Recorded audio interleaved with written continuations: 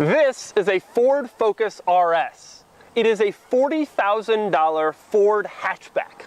So how could they possibly justify charging 40 grand for a Focus? Today, we're gonna find out.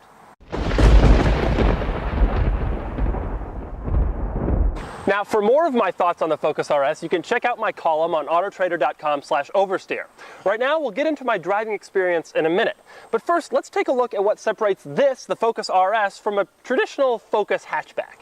One thing that separates the two cars is that this one is full of RS badges. And I mean full of RS badges. For example, there's one here, and one here, and one here, and one here, and one here, and one here, and one here, and one here, and one here, and one here, and one here, and one here, and one here, and one here, and one here, and one here. Beyond the RS badges, another difference between this Focus RS and a regular Focus is that this one is blue. Very blue. For starters, there's the awesome nitrous blue exterior, which is only available on the Focus RS. There's also the bright blue brake calipers, the blue door stitching, the blue seat stitching, the blue headrest stitching, the blue seat accents, the blue steering wheel stitching, the blue shift pattern, the blue parking brake stitching, the blue center console stitching, and the blue rear seat accents. But the differences go well beyond some badges and some stitching. This car is seriously different from the regular Focus, and here are some of the major differences. In front, the front end is completely different from a normal Focus, and it includes a functional brake duct next to the fog light. In back, there's a huge rear spoiler, and a new rear bumper that includes a diffuser and two giant exhausts. Inside, there are grippy Recaro sport seats. And up front, there are giant Brembo brakes. You can also select from a series of different drive modes that even includes a drift mode. And then there's a suspension, which can be made stiffer or more forgiving with a press of a button on the turn signal stalk. But of course, the biggest difference is under the skin. A normal Focus has a 160 horsepower 2-liter 4-cylinder and front-wheel drive. This thing has a 350 horsepower turbocharged 4-cylinder with all-wheel drive. In other words, it's like a normal Focus, except with double the horsepower and double the drive wheels. So how does that translate to the road? Well, I have not driven one of these yet. In fact, I haven't even been inside one of these yet, and I can't wait to find out. Here goes. Oh my gosh, boy, the handling, you can already tell it's really sharp. It's so direct. Okay, I'll just start it normal. You know, I had an incident in race mode on a Hellcat that I don't want to relive. One of the things that I can already tell would annoy me about this car, and it did it with the ST, is the clutch isn't quite linear. Yeah. There's a little bit of a kick to it, and that always annoys me. The shifter though is real slick. You can tell exactly what gear you're in. Yeah. It's very direct, very crisp. I mean, it's a new car, but boy, does it feel good. This is what a shifter should feel like.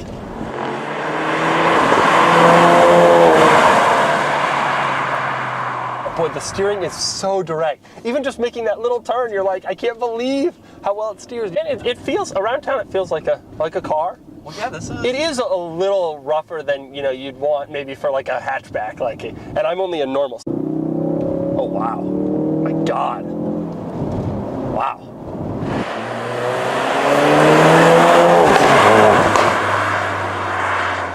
The ST, you can clearly feel the car actively fighting against turning. This one, yeah, I mean, it's okay, so there's a little bit of torque steer, but like, considering it has 100 more horsepower, yeah, it feels like it has 80% less torque steer. Yeah, brakes feel great, as new car brakes should. God, the suspension. You know, the funny thing is, after having driven the Viper and the Aston, you really have to deal with stuff. You gotta work for the power. Yeah. This thing, you're like, the shifter is slick, and you just kind of put the pedal down, and it knows what it wants you to do, and it knows what you want to do, and it's fun. It like just does it. Wow. Boy, that is crazy, crazy power. The only thing that it's missing when that power comes, you know, I guess I'm used to the V8 or a V10 now, right? Like really you hear it. This car, the noise is there, but it's not, you know, it's not a huge giant motor.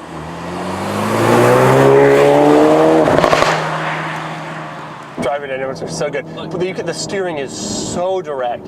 It just feels like the limits are nowhere near the limits, even though I'm going 55 miles an hour into these corners. This is world class. This car is totally on the level of any other hot hatch I've ever driven. The ride on these bumps is insane. I think that's crazy. I'm in sport mode. It's worth noting, only in sport mode, sport suspension. When you take that off, it gets a little bit more acceptable.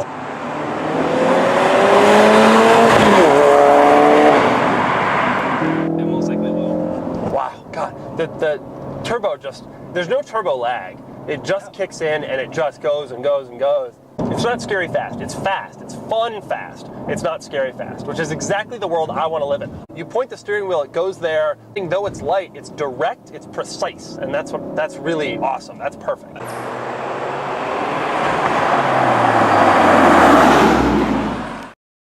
Tremendously impressive car in the sense that you can fit 5 people reasonably, you can fit some stuff in it in the back, and you can still do 0 to 60 in 4.7 and handle like maybe 9/10 of a real true sports car. So as you've probably figured out, once you get past the RS badges and the blue stitching, the Focus RS is actually a pretty impressive car. But is it $40,000 impressive?